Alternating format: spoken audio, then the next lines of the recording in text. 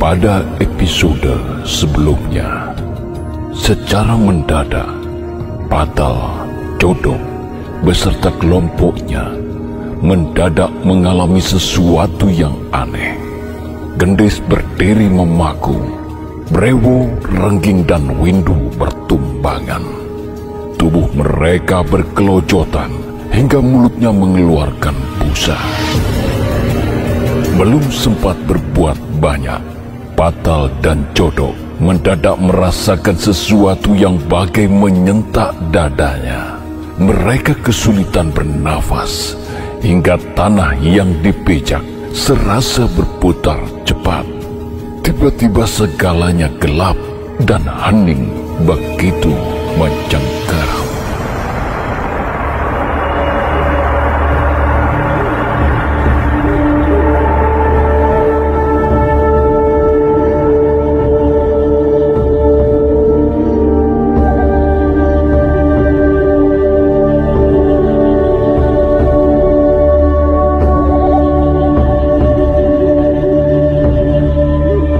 Matahari mulai meninggalkan puncak singgasananya ketika Patal mulai tersadar. Butuh waktu baginya untuk mengingat apa yang terjadi. Tidak ada Brewo, Rengging, Windu maupun Gendis. Hanya berjarak beberapa depa, dilihatnya Codok terkulai dekat sebatang pohon. Setelah menjalankan meditasi sesaat dan dirasakan tenaganya mulai pulih, Patal memeriksa tempat itu. Dilihatnya jejak rerumputan yang rebah membentuk sebuah jalur panjang menembus semak belukar. Dia juga melihat sejumlah tebaran serbuk cukup banyak di tanah. Setelah memeriksa dengan seksama, Patal mendekati Codok untuk memeriksa denyut nadinya. Patal lega, teman sejawatnya itu masih hidup.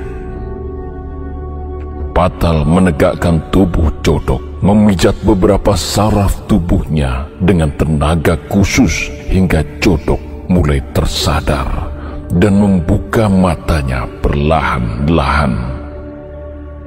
Setelah tubuh Codok terasa sedikit segar, Codok bermeditasi, menormalkan jiwa raganya dari dalam.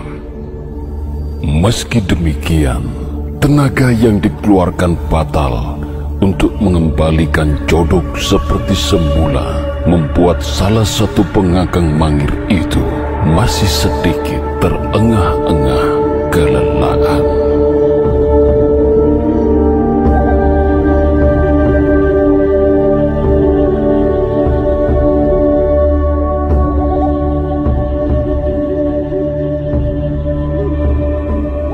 Saya hanya bisa melihat sekelebat bayangan saja. Ya, saya juga melihat kelibatan cepat itu. Tapi saya masih beruntung karena masih bisa menyaksikan beberapa saat setelah panjenengan jatuh. Gerakannya begitu cepat seperti mengelilingi kita. Bersamaan dengan itu, seperti ada serbuk panas yang menyergap hingga membuat kulit saya merasa pedih. Saya berusaha mengikuti gerakan cepat itu, tapi saya teledor. Demi mengikuti arah gerakannya, saya menjadi tak waspada terhadap serbuk yang masih melayang di udara. Saya terlanjur menghirupnya, sehingga saraf-saraf tubuh saya menjadi kaku. Dada terasa panas. Setelah itu, tidak ingat apa-apa lagi. Lalu, kemana Brewo, Rengging, Windu, dan Gendis? Entahlah. Saya tidak tahu.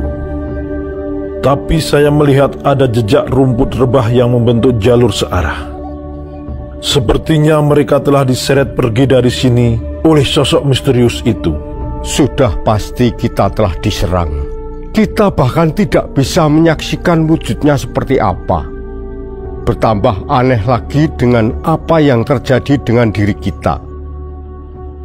Coba panjenengan perhatikan. Sejauh ini sudah beberapa prajurit yang jadi korban. Apalagi maksud si penyerang kalau bukan ingin menghabisi kita semua. Tapi lihat, kita hanya dibuat tak sadarkan diri.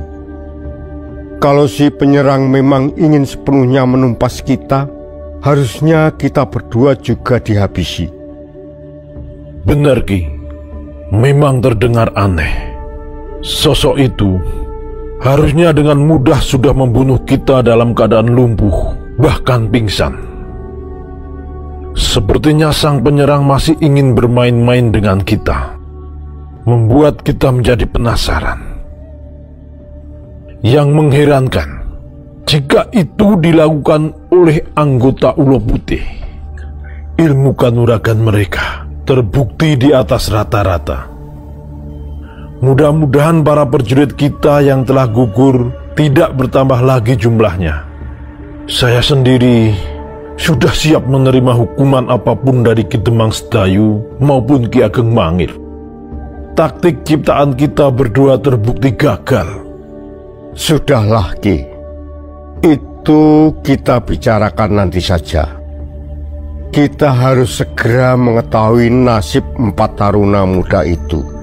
Setelah tahu keadaan mereka, barulah kita bisa merancang rencana selanjutnya.